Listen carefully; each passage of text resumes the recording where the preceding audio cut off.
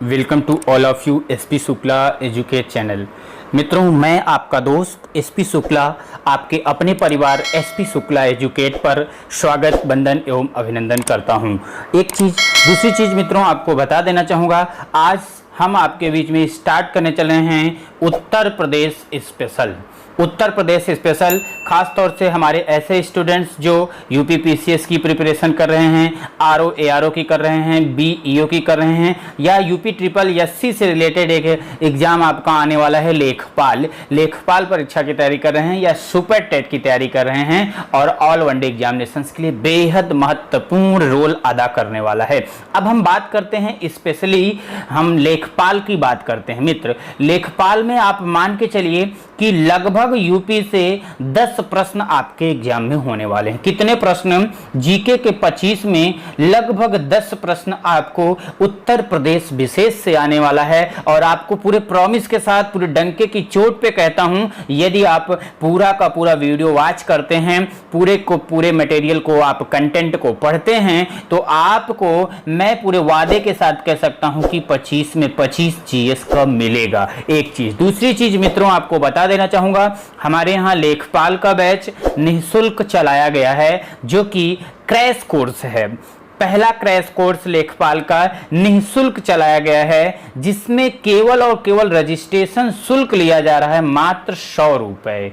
मात्र 100 रुपए रजिस्ट्रेशन शुल्क लग रहा है। तो ऐसे हमारे साथी, ऐसे हमारे विद्वान साथी जो प्रवेश चाहते हैं, नंबर नोट करिए 9415-800-659 9415-800-659। इस नंबर पर आप व्हाट्सएप करिए, जल्द से जल्द जुड़ने का प्रयास करिए। और ऐसे हमारे साथी जिन्होंने प्रवेश ले लिया है लेखपाल प्रवेश परीक्षा में, उनको हमने समय सारणी बता दिया है। आपको समय सारणी दिख भी गई होगी, आपने देखा भी होगा, हम ये आशा करते हैं। ओके फ्रेंड्स, बिना किसी देर करे हुए हम आगे चलेंगे। ये तो अभी ट्रेलर है, मूवी बहुत जल्द लाऊंगा। ये आप मान के चलिएगा केवल ट्रेलर है, ट्रेलर में ही आपको मैं सब कुछ दिखा दूंगा, मूवी में इतना परिपक्व बना दूंगा मेरे दोस्त कि आप बोल बैठोगे कि अब की बार लेखपाल में 5200 में एक सीट आपकी है। ये आप बोलोगे, आप पूरी ईमानदारी से बोलोगे। और एक चीज मित्रों आपसे रिक्वेस्ट करूंगा, ऐसे हमारे साथी जो जीएस की समस्या है, जीएस की समस्या को खत्म करने के लिए ही हमने मॉर्निंग में 5 बजे, मॉर्निंग में यानी सुबह के 5 बजे एक लेकर के आता हूं खतरनाक शो, जिसमें चर्चा करते हैं 10 अति महत्वपूर्ण प्रश्नों पर, जो कि आपकी आगामी चाहे जो भी एग्जामिनेशंस हो, चाहे यूपी पीसीएस का एग्जाम हो, चाहे आरओ एआरओ का एग्जामिनेशंस हो, चाहे आपका सुपर टेट का एग्जामिनेशन हो, या फिर हम जिसकी तैयारी के लिए आज आपके बीच में आपके पास खड़े हुए हैं लेखपाल की हो, उसके लिए जीएस के खतरनाक प्रश्न आपको वहीं से मिल जाएंगे। तो आप लोग वो शो जरूर देखिए, बहुत ही इंपॉर्टेंट है। चलिए, ऐसे हमारे साथी जो पहली बार चैनल पर आए हैं, चैनल को सब्सक्राइब और बेल आइकन को प्रेस करिए। इसका पीडीएफ आपको पाना है तो आपको पीडीएफ मिल जाएगा। आप निश्चिंत होकर जल्द से जल्द हमारे टेलीग्राम को ज्वाइन करिए, हमारे बैच को आप ज्वाइन करिए। हमारा बैच आपको बता दिया हूं, नंबर आपको दे दिया हूं, जिसका रजिस्ट्रेशन शुल्क मात्र 100 रुपीज है। कितना है मित्र? मात्र 100 रुपीज है। उसी रजिस्ट्रेशन शुल्क के साथ आपको प्रवेश मिल जाएगा। तो चलिए, बिना देर किए हुए अभी हम आपके बीच में स्लाइड के माध्यम से जो है बात करते हैं। आने वाले कुछ समय में जैसे ही हम एक बार पूरा कंप्लीट कोर्स देख लेंगे, फिर इन चीजों को हम आपके सामने व्हाइट बोर्ड पर भी लेकर के उपस्थित होंगे। ओके फ्रेंड्स, उत्तर प्रदेश, आप किसका एग्जाम देने जा रहे हैं? उत्तर प्रदेश से रिलेटेड कोई ना कोई एग्जाम देंगे। अच्छा, पीसीएस की बात कर लेता हूं। हमारे बहुत सारे दोस्त पीसीएस के हैं,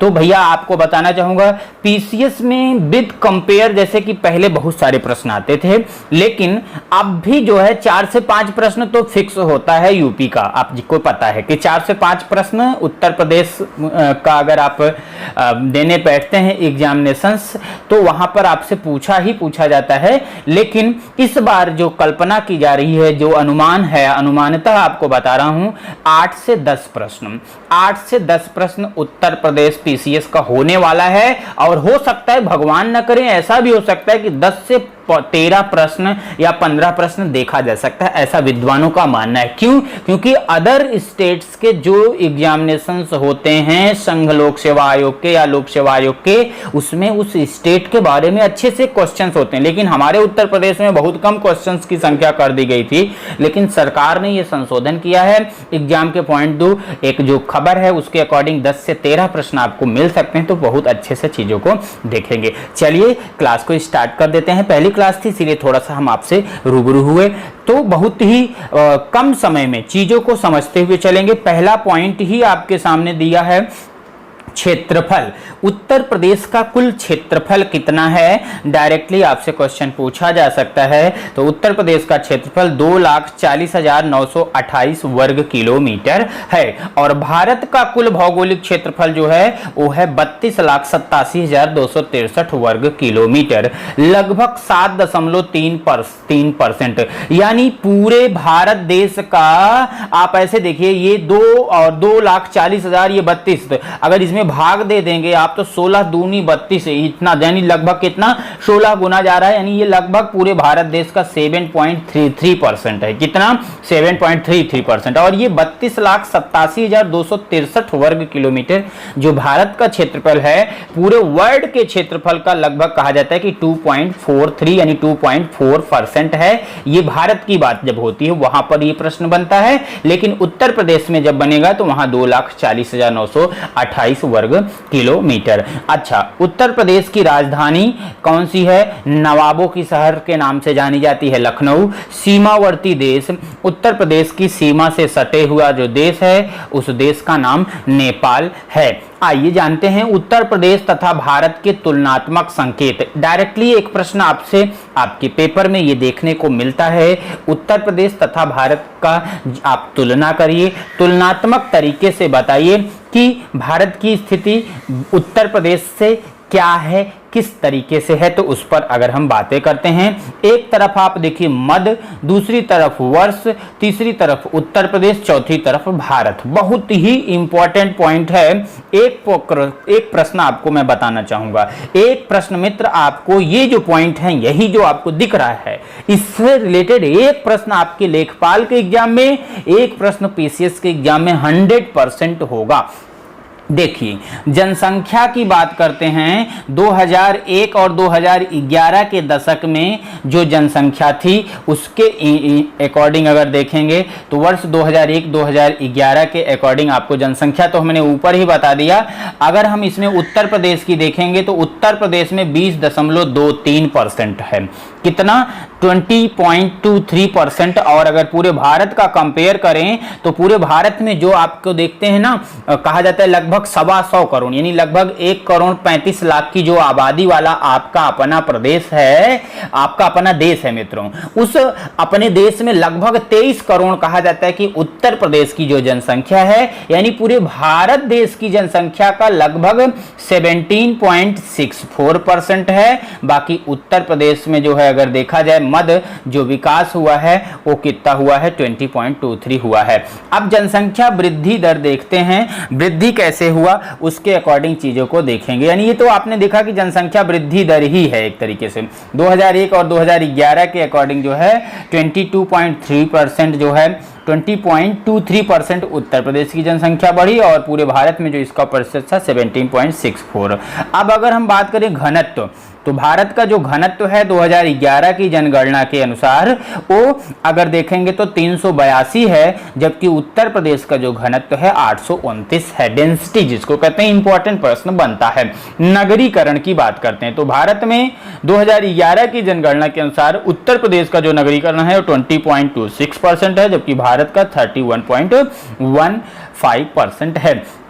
लिंगानुपात, लिंगानुपात का मतलब होता है प्रत्येक 1000 पर कितनी लड़कियां हैं। 2011 की जनगणना के अनुसार उत्तर प्रदेश में प्रत्येक 1000 लड़की पर 1000 लड़के पर जो है 912 लड़की हैं, और जबकि भारत में 943 लड़कियां हैं। आगे बात करते हैं साक्षरता दर। साक्षरता दर कुल साक्षरता दर, जो व्यक्तियों की साक्षरता दर है 2011 की जनगणना के अनुसार उत्तर प्रदेश का 67.7%। यानी आपसे प्रश्न पूछा जा सकता है कि 2011 की जनगणना के अनुसार उत्तर प्रदेश की साक्षरता दर कितना है, 67.7%। अगर आपसे पूछे भारत की जन साक्षरता दर कितना है, 73%।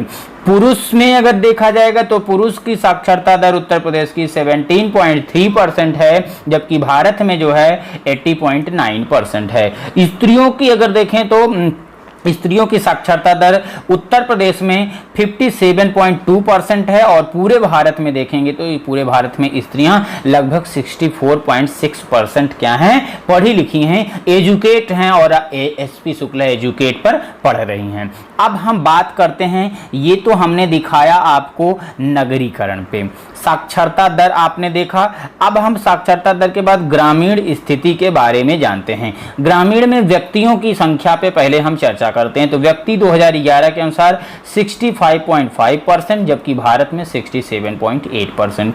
पुरुष देखेंगे तो 76.3%, जबकि जो है भारत में 77.2%। स्त्रियों की संख्या 2011 के अनुसार 53.7%, जबकि भारत में 57.9% है।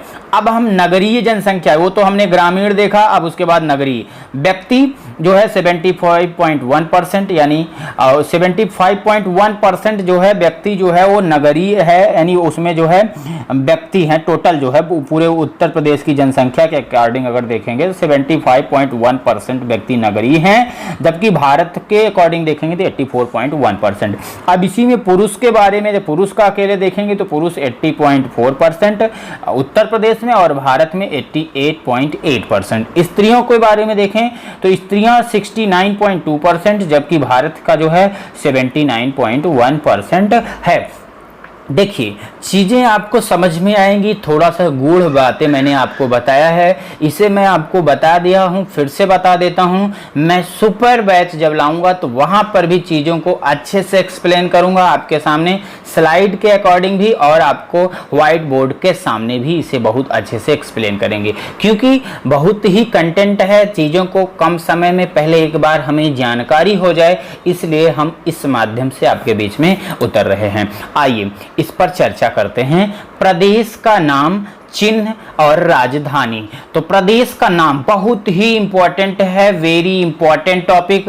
हम अगर आपसे कहें तो पिछले 2-3 साल 4 साल तक तो लगातार इसी से प्रश्न पूछा है, बहुत ही खतरनाक प्रश्न पूछा जाता है प्रदेश के नाम के बारे में। मित्र, इसके अगर हम इतिहास के बारे में खंगालेंगे तो थोड़ी सी चर्चा लंबी हो जाएगी, लेकिन छोटे छोटे पॉइंट्स पे अगर चर्चा करें तो प्रदेश का नाम जो है वो है पश्चिमी प्रांत। कौन सा प्रांत है? पश्चिमी प्रांत। यानी उत्तर प्रदेश का पहले क्या नाम था? पश्चिमी प्रांत। पहला पॉइंट आप समझिएगा, पहला क्वेश्चन, पहले क्या कौन सा था? पश्चिमी प्रांत। 1836 में इसे बदला गया, तब जाके इसका नाम बना उत्तर पश्चिम प्रांत। तो आपसे क्वेश्चन कह सकता है कि उत्तर प्रदेश का नाम उत्तर पश्चिम प्रांत किस वर्ष बना? 1836, 1836 ईस्वी में। फिर जाके 1877 ईस्वी से इसे उत्तर पश्चिम प्रांत आगरा एवं अवध के नाम से जाना जाने लगा। उत्तर पश्चिम प्रांत आगरा एवं अवध के नाम से कब से? 1877, 1877 से। फिर थर्ड पॉइंट आपको दिख रहा है 1902 से आगरा एवं अवध का संयुक्त प्रांत के नाम से जाना जाने लगा।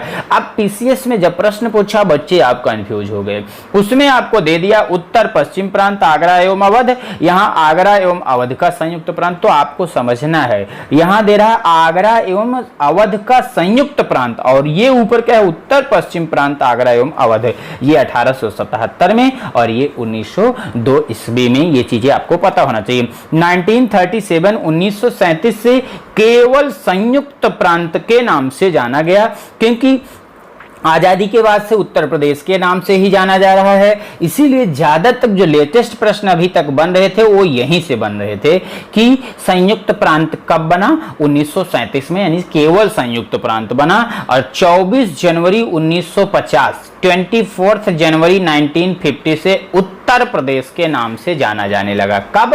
24 जनवरी 1950 से, क्योंकि आपका देश जो स्वतंत्र हुआ था वो 26 जनवरी को हुआ। 26 जनवरी 1950 को हमारा संविधान लागू हुआ था, इसीलिए जो हम डेट लेते हैं वो कभी कभी आप 24 जनवरी नहीं होता ऑप्शन में, तो हम 26 जनवरी भी मान सकते हैं या मान लेते हैं। क्यों? उसका कारण हमने आपको बता दिया। अब इसके बाद ये तो देखिए बहुत ही, इतने ही पॉइंट बहुत ही इंपॉर्टेंट थे, फिर से एक बार मैं रिपीट कर देता हूं।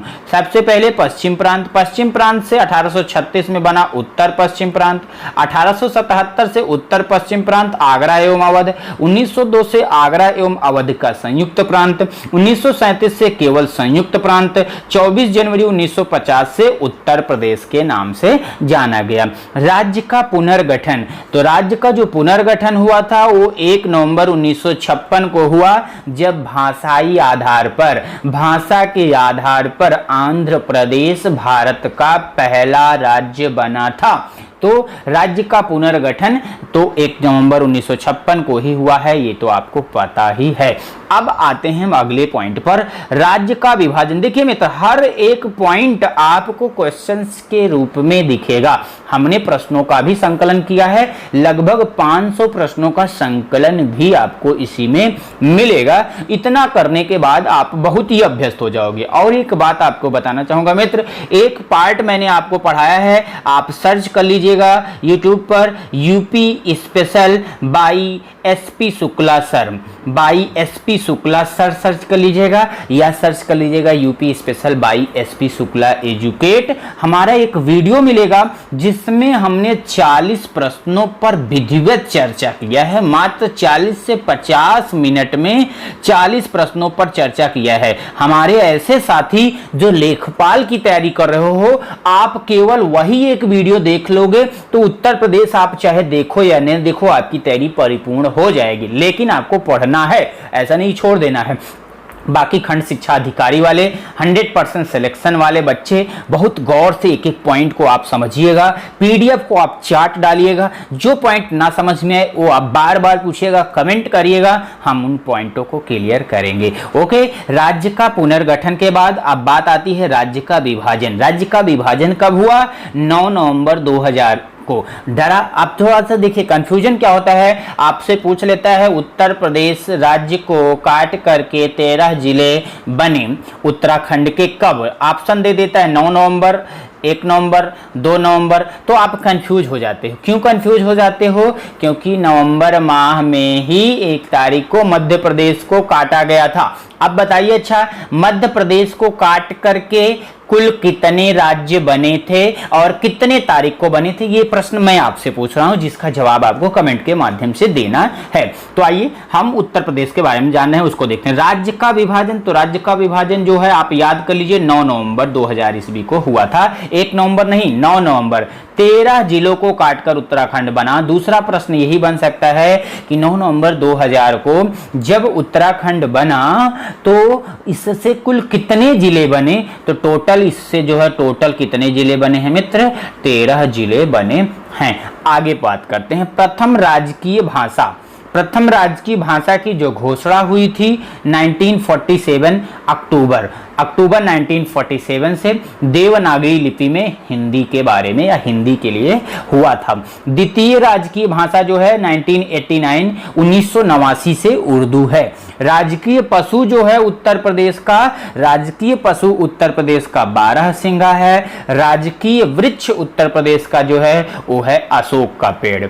इसके बाद राजकीय पुष्प कई बार आपके पीसीएस के एग्जामिनेशंस में खंड शिक्षा अधिकारी में भी पूछा जा सकता है, लेखपाल के लिए भी इंपॉर्टेंट है राजकीय पुष्प।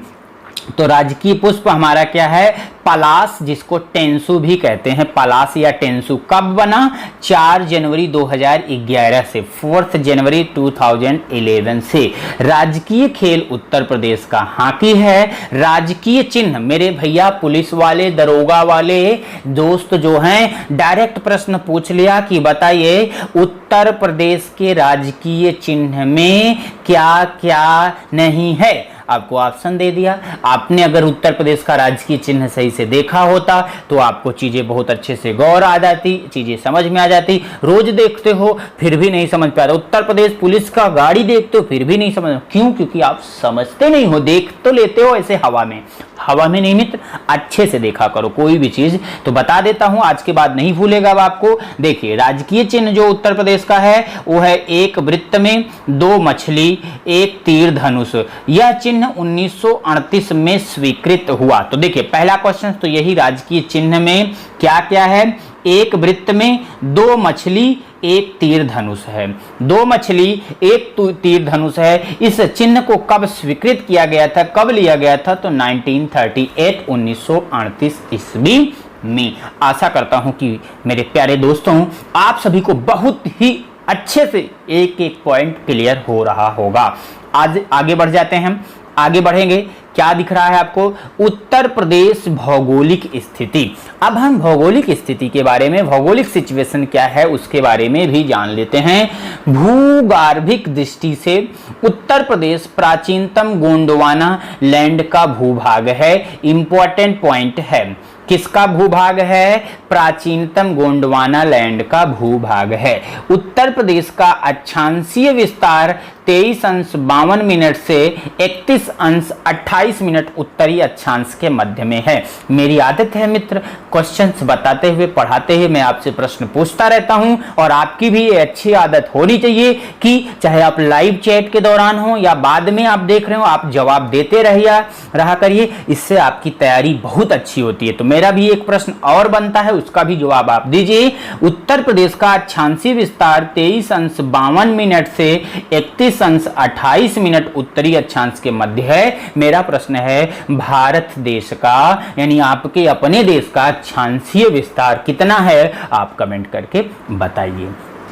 कुल अक्षांशीय विस्तार जो उत्तर प्रदेश का है वो है 7°36। उत्तर प्रदेश का देशांतरीय विस्तार 77°3 पूर्व से 84°39 पूर्वी देशांतर के मध्य है। तो एक प्रश्न का जवाब आप और देंगे कमेंट के माध्यम से, भारत देश का देशांतरीय विस्तार कितना अंश है? जब आप इन दोनों प्रश्नों का जवाब देंगे तो आप ये मान के चलिए मित्र, मैं आपको पूरे वादे के साथ कह रहा हूं, आपको थोड़ा सा लग तो रहा होगा अटपटा, लेकिन ये चीजें आपके दिमाग में घर बना लेंगी, कभी आपको भूलेंगी नहीं। तो इंपॉर्टेंट पॉइंट था, हमने भारत उत्तर प्रदेश की भौगोलिक स्थिति के बारे में चर्चा किया। अब हम बढ़ जाते हैं प्रदेश की शासनिक या प्रशासनिक संरचना पर चर्चा करते हैं। राष्ट्रीय राजधानी क्षेत्र एनसीआर में सम्मिलित। वाह, वेरी गुड, बहुत ही महत्वपूर्ण पॉइंट आपके बीच में आया है, कई बार पूछा है।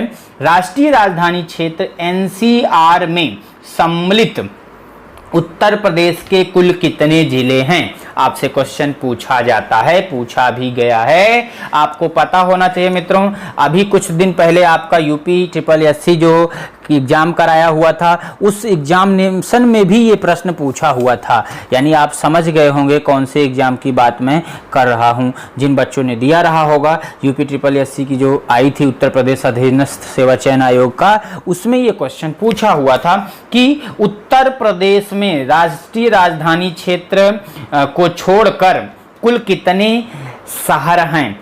तो भैया आइए मैं चर्चा करता हूं। देखिए, राष्ट्रीय राजधानी क्षेत्र एनसीआर में सम्मिलित उत्तर प्रदेश के जिले 8 हैं। पहली चीज 8 हैं। कौन कौन से जिले हैं? मेरठ, गाजियाबाद, गौतम बुद्ध नगर, बुलंदशहर, हापुड़, बागपत, मुजफ्फरनगर व शामली। फिर से याद करिए मेरे साथ, मेरठ, गाजियाबाद, गौतम बुद्ध नगर, बुलंदशहर, हापुड़, बागपत, मुजफ्फरनगर व शामली। राज्य विधानसभा का प्रथम गठन जो हुआ था वो जुलाई 1937 1937 में हुआ था। 1967 तक विधानसभा सदस्यों की कुल संख्या 431 थी। उत्तराखंड बनने के पहले यानी नवंबर 2000 तक विधानसभा सदस्यों की कुल संख्या 425 थी। वाह, बहुत ही इंपॉर्टेंट।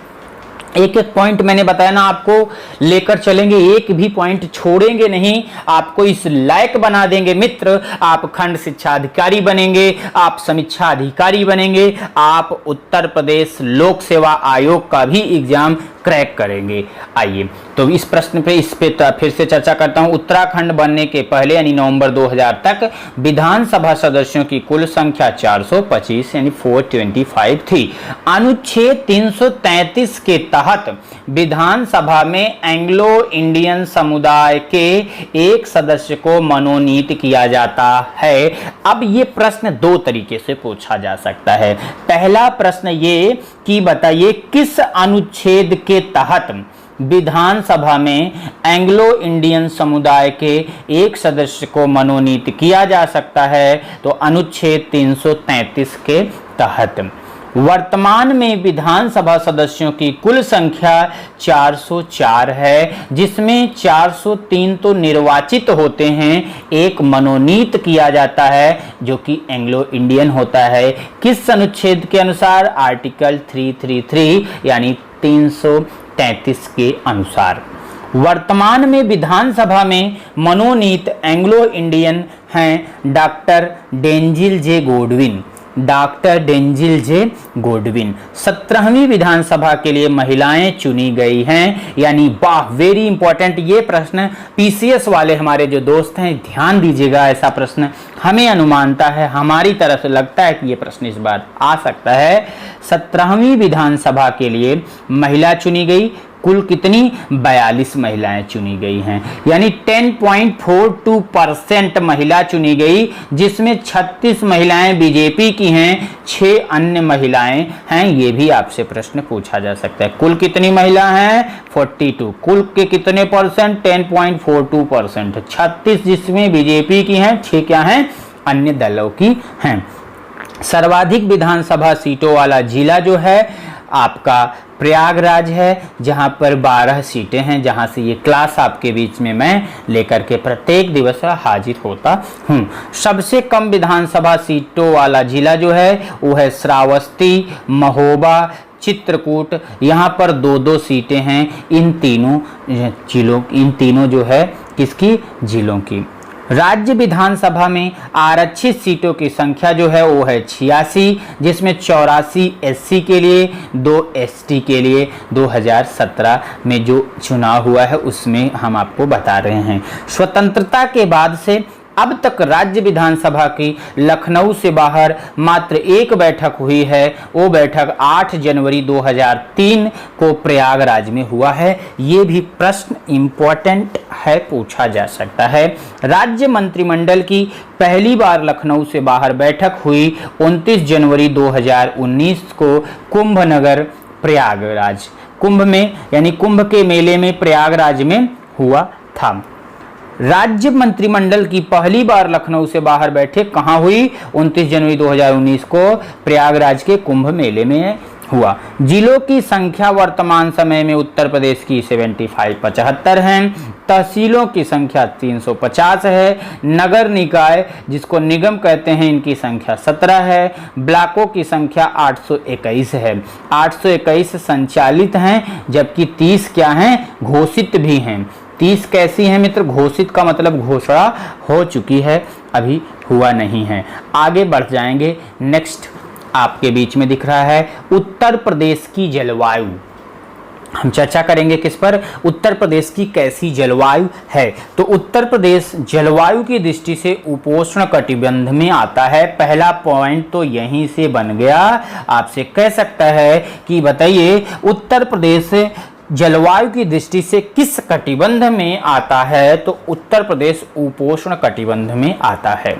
उत्तर प्रदेश में मुख्यतः 3 ऋतुएं हैं, शीत ऋतु, ग्रीष्म ऋतु और वर्षा ऋतु। शीत का मतलब होता है ठंडी का महीना, ग्रीष्म का मतलब होता है गर्मी का महीना और वर्षा ऋतु का मतलब होता है बारिश का महीना।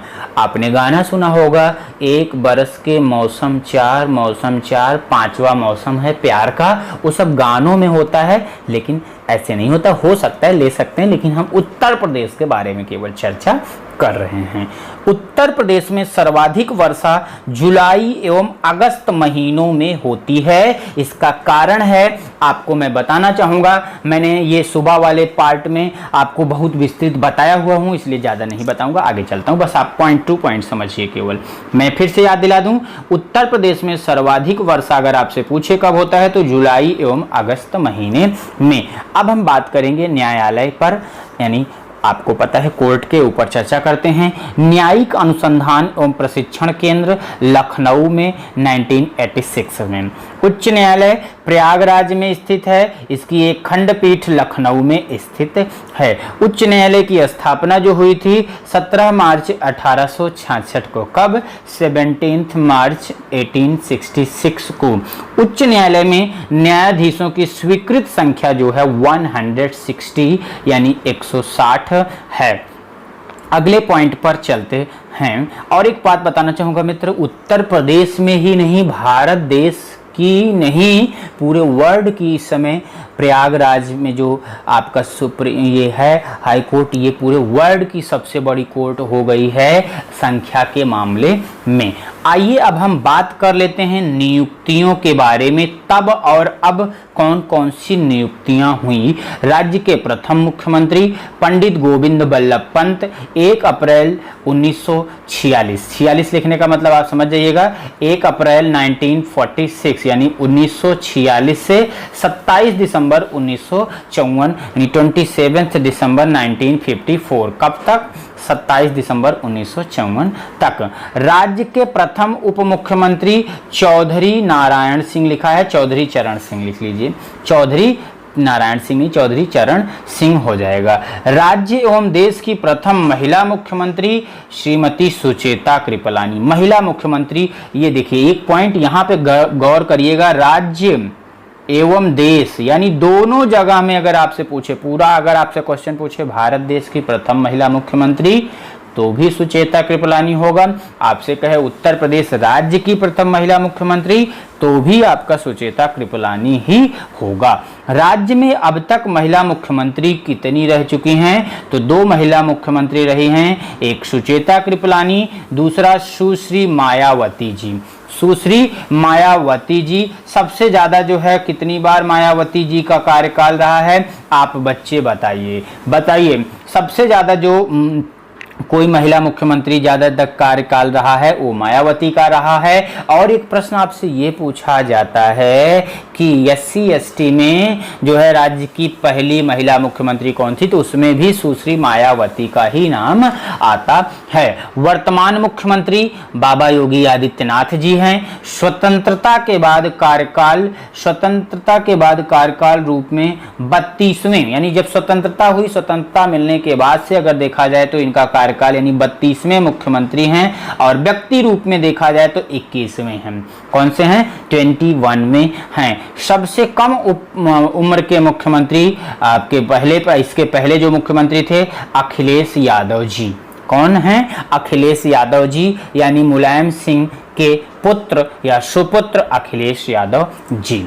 उत्तर प्रदेश के मुख्यमंत्री व देश के प्रधानमंत्री चौधरी चरण सिंह व प्रताप सिंह, ये ऐसे हुए जो कि उत्तर प्रदेश के मुख्यमंत्री भी रहे हैं और प्रधानमंत्री भी रहे हैं। तो आपसे प्रश्न कैसे पूछेगा, प्रश्न पूछने का स्टाइल ये होगा, वो प्रधानमंत्री कौन हैं जो उत्तर प्रदेश के मुख्यमंत्री भी रहे हैं और देश के प्रधानमंत्री के पद को भी सुशोभित किया है? तो चौधरी चरण सिंह और प्रताप सिंह, ये 2 ऐसे शख्स हैं जो कि उत्तर प्रदेश के मुख्यमंत्री के पद को भी सुशोभित किए और जो है देश की प्रधानमंत्री के पद को भी सुशोभित किया है। मुख्य न्यायाधीश इलाहाबाद हाई कोर्ट के न्याय गोविंद माथुर जो हैं 14 नवंबर 2018 से बने हैं। करंट का क्वेश्चन है, न्याय गोविंद माथुर। वर्तमान 7वें लोकायुक्त जो कि कार्यकाल 8 वर्ष, न्याययत्र श्री संजय मिश्र जी 31/1/2016 से जो है लोकायुक्त थे उत्तर प्रदेश के। देखा जाए तो 7वें लोकायुक्त थे। कुल क्षेत्रफल में स्थान, अब देखिए क्षेत्रफल में बात करेंगे हम उत्तर प्रदेश के बारे में, कुछ विशेष चीजें हैं जो आपको पता होना चाहिए। कुल क्षेत्रफल में स्थान, तो भारत देश में अगर देखें क्षेत्रफल के स्थान में उत्तर प्रदेश का चौथा स्थान आता है। सबसे पहला सबसे बड़ा राज्य क्षेत्रफल के आधार पर राजस्थान है, दूसरा मध्य प्रदेश है, तीसरा महाराष्ट्र है और चौथा क्या है, उत्तर प्रदेश है। अब उत्तर प्रदेश का नाम इसलिए आ जाता है क्योंकि आंध्र प्रदेश को काट करके 2 जून 2014 को एक नया राज्य तेलंगाना बन गया, जिसके कारण आंध्र प्रदेश उत्तर प्रदेश से छोटा हो गया, नहीं तो वह उत्तर प्रदेश से बड़ा था। तो अब वर्तमान समय में कुल क्षेत्रफल के आधार पर उत्तर प्रदेश चौथे स्थान पर है। इससे बड़े 4 राज्य, 3 राज्य कौन कौन से हैं, राजस्थान, मध्य प्रदेश और महाराष्ट्र।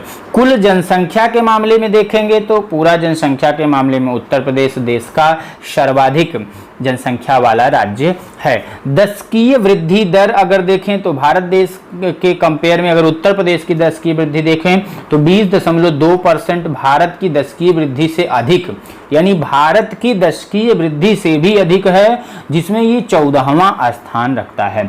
जनघनत्व की बात करें तो चौथा, जनघनत्व में चौथा है, जो कि आपको ऐसे ही देख सकते हैं 829। भारत के जनघनत्व 382 के दुगने से भी अधिक है, यानी जो भारत का जनघनत्व है वो 382 है।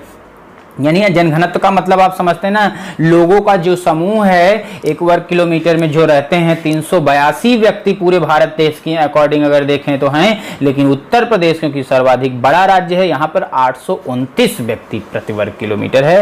यानी इसका उत्तर प्रदेश का जो जनघनत्व है, आपसे पूछा जा सकता है कि किससे दुगुने से, तो भारत के जनघनत्व से दुगुना है। और अगर देखा जाएगा कि जनघनत्व में कौन सा स्थान है, तो चौथा स्थान भी है। स्वतंत्रता के बाद केवल 1981, 2001 तथा अब 2011 में राज्यों में लिंगानुपात में वृद्धि हुई है। यानी लिंगानुपात वृद्धि हुई, यानी लड़के और लड़कियों की संख्या लगभग बराबर के कागार पे है, नहीं तो अभी तक क्या हुआ था, कम ही था। सर्वाधिक वृद्धि 2001 में 876 था, 876 से बढ़कर के 898 हुई। अनुसूचित जाति की संख्या जो है वो 20.7%, अनुसूचित जनजाति 0.6%, इस्लाम जनजाति 9.5%। लिंगानुपात उत्तर प्रदेश का जो है वो है 912। मैं एक प्रश्न आपसे पूछ लेता हूं, जैसे कि चीजें आपको याद रहें, भारत देश का लिंगानुपात कितना है, आप ऐसे कंपेयर करते चलेंगे तो चीजें आपको भूलेंगी नहीं तो एक तरफ आप पढ़ेंगे दूसरी तरफ भूलेंगे, एक तरफ आप उत्तर प्रदेश का रटेंगे दूसरी तरफ आपको भारत का याद आएगा। जब आप एक बताऊंगा एक आप कमेंट करोगे तो आपको चीजें अच्छे से आती जाएंगी, समझ में आती जाएंगी। साक्षरता दर अगर देखेंगे उत्तर प्रदेश की तो 67.7% है, यानी अगर भारत देश में देखें तो शिक्षित के मामले में ये 29वां स्थान रखता है, 29वां स्थान है। पुरुष साक्षरता दर जो है 77.3% यानी 29वें स्थान पर है। महिला साक्षरता दर 57.2% यानी 31वां स्थान रखता है। अद्यतन अब कुछ चीजें नई हैं जो अपडेटेड हैं, करंट की तरह आपके एग्जाम में बनते हैं, क्वेश्चंस जो बन सकते हैं आगामी 2021-22 में, उन पे चर्चा करते हैं। 18 अक्टूबर 2018 को जिला इलाहाबाद का नाम बदल करके जिला प्रयागराज के रूप में परिवर्तित किया गया। भैया उत्तर प्रदेश के वर्तमान मुख्यमंत्री योगी आदित्यनाथ जी ने 18 अक्टूबर 2018 को इलाहाबाद का नाम बदल करके, जो कि कभी मुगलों के समय में बदला गया था, परिवर्तित करके इलाहाबाद किया गया था, उसे बदल करके पुनः वही रखा गया। बदल करके कोई नया नहीं रखा गया। ये आपको पता होना चाहिए कि प्रयागराज पहले से ही, आज से लगभग 400 शताब्दी पहले देखेंगे तो प्रयागराज ही था, लेकिन उसका नाम जो है बदल दिया था। फिर लेकिन योगी ने क्या किया है, उसे बदल के फिर जो है प्रयागराज कर दिया है। इलाहाबाद मंडल के अंतर्गत 4 जनपद आते हैं। कौन कौन से 4 जनपद हैं? प्रयागराज, कौशाम्बी, फतेहपुर एवं प्रतापगढ़ जनपद आते हैं। किस मंडल के अंतर्गत? इलाहाबाद मंडल। यानी अब मंडल का भी नाम बदल जाएगा। यहाँ से देखिए इलाहाबाद मंडल का नाम भी परिवर्तित करते हुए प्रयागराज मंडल किए जाने की संस्तुति की गई है। संस्तुति करने का मतलब इसको बदली किए जाने की आहुति कर दी गई है, यानी ये बहुत जल्द ही बदल दिया जाएगा। 12 नवंबर 2018 को जनपद फैजाबाद का नाम जनपद अयोध्या एवं मंडल फैजाबाद का नाम मंडल अयोध्या किए जाने की संस्तुति की गई। तो आपसे प्रश्न पूछा जा सकता है कि फैजाबाद का नाम बदल करके अयोध्या और फैजाबाद मंडल का नाम बदल कर अयोध्या मंडल कब किए जाने की संस्तुति की गई? 12 नवंबर 2018 को। 6 नवंबर 2018 को उत्तर प्रदेश के मुख्यमंत्री योगी आदित्यनाथ ने फैजाबाद जनपद का नाम अयोध्या किए जाने की घोषणा की थी। तो दो तरीके से प्रश्न बनता है। 12 नवंबर 2018 को तो संस्तुति हुई, लेकिन इसकी जो घोषणा हुई थी, अनाउंसमेंट उत्तर प्रदेश के वर्तमान मुख्यमंत्री ने किया था, वो कर दिया था 6 नवंबर 2018 को ही। आशा करता हूं कि आपको समझ में आ रहा होगा।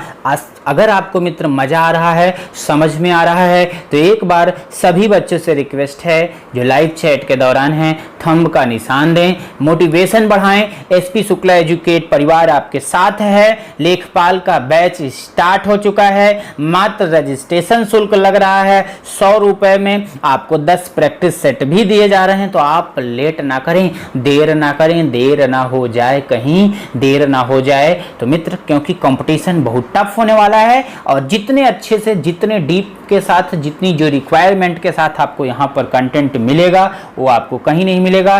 कई लोग आपको बरगलाएंगे, पढ़ाएंगे, ऐसा नहीं है कि नहीं पढ़ाएंगे, लेकिन वही चीजें जिसका पढ़ने का कोई आपको औचित्य ही नहीं बनता है। आइए बात करते हैं उत्तर प्रदेश की जनसंख्या नीति 2011 जुलाई 2000। अब जनसंख्या नीति पर हम थोड़ी सी चर्चा कर लेते हैं। वर्ष 2016 तक प्रजनन दर जो था वो था 2.1% पर लाना। बालिका विवाह आयु जो थी वो थी 16.4 वर्ष से 19.5 वर्ष। राजकीय सेवाओं में महिला आरक्षण जो था वो था 33%। ये कब की बात कर रहा हूं मैं? सन 2000-2011 के बीच की जो बातें थी, यानी पहले जो जनसंख्या की नीति थी वो थी, अभी वर्तमान में बदल गई है। आपको पता है उत्तर प्रदेश के भौगोलिक स्थिति आपको मैंने बता ही दिया था, फिर भी यहाँ से छोटे से पॉइंट में आप देखिए लिखा हुआ है अक्षांशी विस्तार 25 अंश 52 मिनट से लेकर के 35 अंश 24 मिनट उत्तरी, देशांतरी विस्तार 77 अंश 5 मिनट से लेकर के 84 अंश 38 मिनट।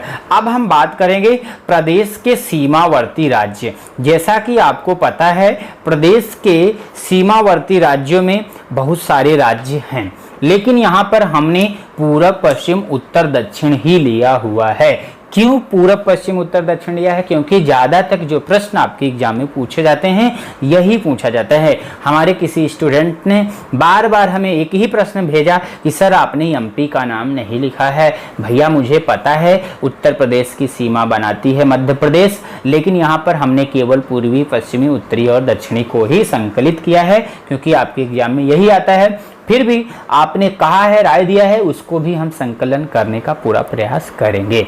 ओके, आइए। सबसे पूर्वी जो है राज्य कौन सा है? बिहार। सबसे पश्चिमी राज्य जो है हरियाणा। सबसे उत्तरी राज्य जो है वो है उत्तराखंड। सबसे दक्षिणी राज्य जो है छत्तीसगढ़ है। आगे बढ़ते हैं प्रदेश के सीमावर्ती जिले। अब उत्तर प्रदेश की सीमा से लगे हुए कौन कौन से जिले हैं इन पर चर्चा कर लेते हैं। सबसे पूर्वी जिला बलिया, सबसे पश्चिमी जिला शामली, सबसे उत्तरी जिला सहारनपुर, सबसे दक्षिणी जिला जो है वो है सोनभद्र, सबसे बड़ा जिला जो है वो है लखीमपुर खीरी, सबसे छोटा जिला जो है वो है हापुड़। ये किसके आधार पर मैं कह रहा हूं मित्रों? ये मैं कह रहा हूं क्षेत्रफल के आधार पर। ओके, सीमावर्ती प्रदेश। अब देखिए जो बच्चे आप कमेंट कर रहे थे आपके जवाब देखिए यहाँ पर। हमने बताया ना, आप पूरी किताब में, पूरे उत्तर प्रदेश के ही नोट्स में नहीं मित्र, जो भी कंटेंट आपको एसपी शुक्ला एजुकेट प्रोवाइड करेगा उसकी गुणवत्ता से हम किसी प्रकार का कोई कंपेयर नहीं करते। हाँ, इतना है कि टाइपिंग में कुछ मिस्टेक हो सकती है कि हो, उसको हम बहुत ही जल्द सुधारेंगे। अगर ऐसी कोई मिस्टेक है तो हमारे आप सभी स्टूडेंट से रिक्वेस्ट है कि जहां पर मिस्टेक हो आप हमें उसका स्क्रीनशॉट ले करके हमें व्हाट्सएप पर अवगत करा सकते हैं। ये हमें बहुत खुशी महसूस होगी कि आपने हमें बताया। बाकी अगर आप कुछ सजेस्ट करना चाहते हैं इस नोट्स में मैं और कुछ ऐड करूं, वैसे आपको कहने की जरूरत नहीं, जितना किया हूं मित्र इतने में आप पीसीएस का एग्जाम निकाल जाओगे, लेखपाल तो हवा में उड़ जाएगा, टेंशन ना लो भैया। ठीक, आइए प्रदेश के सीमावर्ती जिले पर चर्चा हो गई। अब हम बात करते हैं सीमावर्ती प्रदेश। तो प्रदेश के साथ यानी उत्तर प्रदेश राज्य के साथ, उत्तर प्रदेश राज्य के साथ कुल कितने राज्य सटे हुए हैं? 9, जिसमें से 8 तो राज्य हैं और 1 केंद्र शासित प्रदेश है। 8 राज्य एवं 1 केंद्र शासित प्रदेश है। उन राज्यों के नाम और केंद्र शासित प्रदेश का नाम आपको लिखना। अच्छा, केंद्र शासित प्रदेश तो मान लीजिए दे दिया दिल्ली, 8 राज्यों के नाम आपको लिखना है। 4 मैंने ऊपर बता दिए, 4 आप और ढूंढ के कमेंट करना, आपका प्रश्न तैयार हो जाएगा। वो भी दिया हूं, ऐसा नहीं कि नहीं दिया, अभी आपको नीचे वो मिल भी जाएगा, तो आप जल्दी से कमेंट करके भी बता दीजिए। देखिए हम बता ही देते हैं, आपसे पहले ही बता देते हैं। देखिए लिखा हुआ है नीचे उत्तराखंड, हिमाचल, छत्तीसगढ़, मध्य प्रदेश, राजस्थान, झारखंड, बिहार। आप कोशिश किया करिए, आंख मूंद के जवाब दिया करिए, भले आपको दिखता रहे तो आपकी तैयारी बहुत अच्छे से हो जाएगी। तो देखिए कुल सीमावर्ती राज्य अगर आपसे पूछता 9, अगर आपसे पूछता राज्य 8 राज्य, पूछता केंद्र शासित प्रदेश तो 1 केंद्र शासित प्रदेश। कौन सा केंद्र शासित प्रदेश है भैया? दिल्ली। राज्य कौन कौन से हैं? उत्तराखंड, हिमाचल प्रदेश, छत्तीसगढ़, मध्य प्रदेश, राजस्थान, झारखंड और बिहार। अब इसमें एक जो इंपॉर्टेंट चीज मैंने आपको ऊपर बता ही दिया था प्रदेश के सीमावर्ती राज्य में, तो वहां से आप ये देखिए बिहार जो है ये सबसे क्या है आपका पूर्वी राज्य है। बिहार क्या है? पूर्वी राज्य है। उसके बाद हमने आपको पश्चिमी राज्य में हरियाणा का नाम बताया था। सबसे पश्चिमी राज्य कौन सा है मित्रों? हरियाणा। उत्तराखंड, हिमाचल, छत्तीसगढ़, मध्य प्रदेश, राजस्थान, झारखंड। अच्छा देखता हूँ 1 2 3 4 5 6 7, एक राज्य इसमें छूट गया है, आप उसको नोट कर लीजिए, हरियाणा। मैं हर पॉइंट को नोट कर दूंगा। टाइपिंग में मैंने बताया कि हो सकता है मे भी मिस्टेक होगा कुछ, क्योंकि अभी मैंने इसको प्रूफ रीडिंग नहीं किया है। तो आपका हरियाणा जो है ये मित्र क्या है? आपका पश्चिमी है। हरियाणा कौन सा राज्य है? सबसे पश्चिमी राज्य है। उत्तरी राज्य में अगर आप देखेंगे तो कौन सा है? उत्तराखंड, ये उत्तरी है। और उसके बाद दक्षिणी में आप देखेंगे तो छत्तीसगढ़ है। आगे बढ़ जाते हैं। अब देखिए क्या प्रश्न है, प्रदेश की सबसे लंबी सीमा किस राज्य के साथ है? मध्य प्रदेश के साथ। सर्वाधिक वर्षा वाला जिला गोरखपुर, सबसे कम वर्षा वाला जिला मथुरा। प्रदेश की सबसे न्यूनतम सीमा जो है हिमाचल के साथ, हिमाचल प्रदेश के साथ। प्रदेश का विभाजन 9 नवंबर 2000 को हुआ, जिसमें 13 जिलों के साथ उत्तराखंड एक नया राज्य बना हुआ था। अब हम बात करेंगे मृदा अपरदन के बारे में, मृदा अपरदन के बारे में। तो देखिए वायु अपरदन पश्चिमी क्षेत्र की अपेक्षा जलीय अपरदन ज्यादा होता है। यानी अगर आप देखेंगे तो उत्तर प्रदेश में जो है जल के कारण ज्यादा मृदा खपत होती है, यानी मृदा कट जाती है विद कंपेयर वायु के। परत अपरदन को किसानों की मौत कहा जाता है। परत अपरदन को किसानों का मौत कहा जाता है। क्यों? क्योंकि परतें जब उड़ जाती हैं तो जो उपजाऊ जमीन होती, उपजाऊ मिट्टी जो होती बह जाती हैं, जिसके कारण जो फसलें होती हैं उनका पैदावार बहुत कम हो जाता है। अवनलिका अपरदन अधिक ढाल वाले खेतों में होता है। प्रभावित जिला जो है इसका जो है इटावा सर्वाधिक है, सबसे ज्यादा प्रभावित जिला इटावा है। अब हम कृषि पे बात करते हैं, एग्रीकल्चर। एग्रीकल्चर पर हम स्पेशली क्लास लेंगे आप सभी मित्रों के लिए, खंड शिक्षा अधिकारी वालों के लिए भी, उनकी तो प्राथमिकता है हमारी सफलता दिलाना। बाकी लेखपाल में भी पूरा पढ़ाऊंगा। तो देखिए प्रदेश में कुल पारिस्थितिकीय क्षेत्र जो हैं वो हैं 20। कितने? प्रदेश में कुल पारिस्थितिकीय क्षेत्र 20, प्रदेश में कुल कृषि जलवायु क्षेत्र 9, प्रदेश में कुल मृदा समूह क्षेत्र 8, औसत जोत आकार 0.76 हेक्टेयर, सस्य गहनता जो है 155.89%, ये 2012-13 के अकॉर्डिंग। भारत की कुल भूमि का 15% कृषि भूमि उपलब्ध है, यानी भारत के पास जो क्षेत्रफल है 32,87,263 वर्ग किलोमीटर, उसमें से लगभग 15% भूमि जो है वो कृषि के लिए उपलब्ध है, यानी कृषि उस पर की जाती है। बाकी और जो जमीनें हैं बंजर, ऊबर, काबड़ इसी तरीके से हैं। आगे बात करते हैं गेहूं पर। फसल में बात करें कृषि में गेहूं, तो गेहूं राज्य की सर्वप्रमुख फसल है। सर्वाधिक उत्पादकता गंगा घाघरा दोआब क्षेत्र में होता है। गन्ना राज्य की सर्वाधिक महत्वपूर्ण नगदी व्यापारिक फसल है। पूछा जाता है, वेरी इंपॉर्टेंट, बड़ा आप समझिएगा। एक बार प्रश्न पूछ लिया कि बताइए उत्तर प्रदेश की नगदी फसल है, ऑप्शन में गन्ना दिया हुआ था तो मार दीजिएगा। व्यापारिक फसल, तो गन्ना को नगदी फसल और व्यापारिक फसल भी कहा जाता है। राज्य की सर्वाधिक सिंचित फसल कौन सी है, तो बताइए राज्य की सर्वाधिक सिंचित फसल कौन सी है। इसमें मिस हो गया है, आपको कमेंट करके बताना है, इसे हम आपको भी थोड़ी देर में बताएंगे। मेरठ जिले का गन्ना सबसे अधिक अच्छा माना जाता है। किस जिले का गन्ना सर्वाधिक सबसे अच्छा माना जाता है मित्रों, तो मेरठ जिला आपको पता है उत्तर प्रदेश में अभी कोहराम मचा हुआ है, जहाँ जहाँ पर उसमें से एक हॉट स्पॉट एरिया के रूप में मेरठ जिला का भी नाम है। तो मेरठ जिले का जो गन्ना है वो सर्वाधिक अच्छा माना जाता है। आपने सुना भी होगा कि जब गांव में खेती करना होता है तो हम सभी बच्चे क्या कहते हैं, हमारे घर परिवार में ये चर्चा होती है कि गन्ना अगर लगाना है तो मेरठ का लगाना है। कहाँ का लगाना है, मेरठ का। क्यों भैया, मेरठ का क्या खासियत है, मेरठ का जो गन्ना है उस गन्ने में पैदावार बहुत अच्छी होती है, पहली चीज। दूसरी चीज, वो गन्ने जो होते हैं बहुत ही मोटे मोटे होते हैं और देखने में बड़े अच्छे होते हैं, खाने पीने में यानी खाया तो जाता नहीं, चूहा जाता है। आपको देखा होगा गन्ना, अगर बहुत सारे लोगों ने नहीं देखा होगा हमारे ख्याल से तो आप देख लीजिएगा। तो गन्ना जो चूहा जाता है वो कहा जाता है कि वहाँ का जो गन्ना होता है सबसे अच्छा होता है चूहने में भी। अफीम के बारे में बात करते हैं। अफीम की खेती होती है, ये तो आपको पता है। सर्वाधिक उत्पादन बाराबंकी जिला करता है। एकमात्र फैक्ट्री, अफीम की एकमात्र फैक्ट्री कहाँ स्थित है, आपसे क्वेश्चन पूछा जाए कि अफीम की एकमात्र फैक्ट्री कहाँ पर स्थित है, गाजीपुर। गाजीपुर बलिया वाले इसीलिए देखिए थोड़ा सा नशेड़ी होते हैं कुछ लोग, क्योंकि उनका कारण क्या है भाई, उसी चीज में पैदावार करते करते उनके दिमागों पे वो अपने आप चढ़ जाता है। ठीक, इसीलिए भैया गाजीपुर वाले थोड़ा सा बच के रहा करिए, इससे दूर रहा करिए, इसका सेवन ना के बराबर किया करिए। ओके, अब देखिए पटसन जूट के बारे में बात करते हैं। पटसन का मतलब आपने बहुत सारे लोगों ने तो पटसन देखा ही नहीं होगा।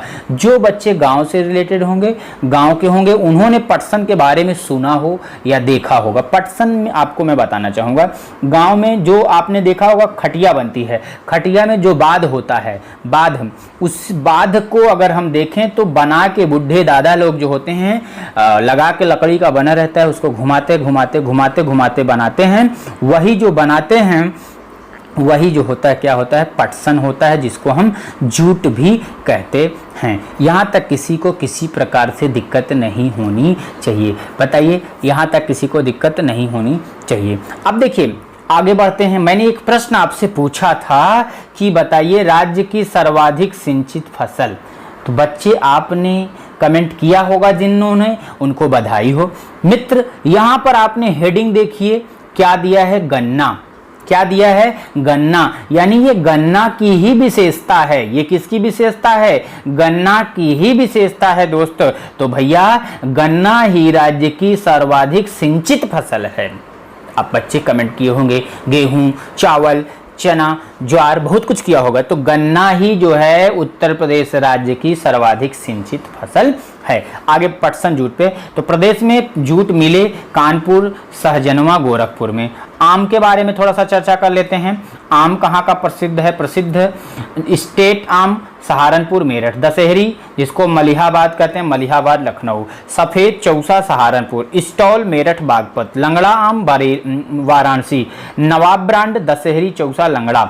निर्यात जो होता है दशहरी आम का होता है। अब बात करते हैं हम थोड़ी सी आलू के बारे में। आलू का चालू बेटा कहाँ गए थे? जंगल की झोपड़ी में सो रहे थे।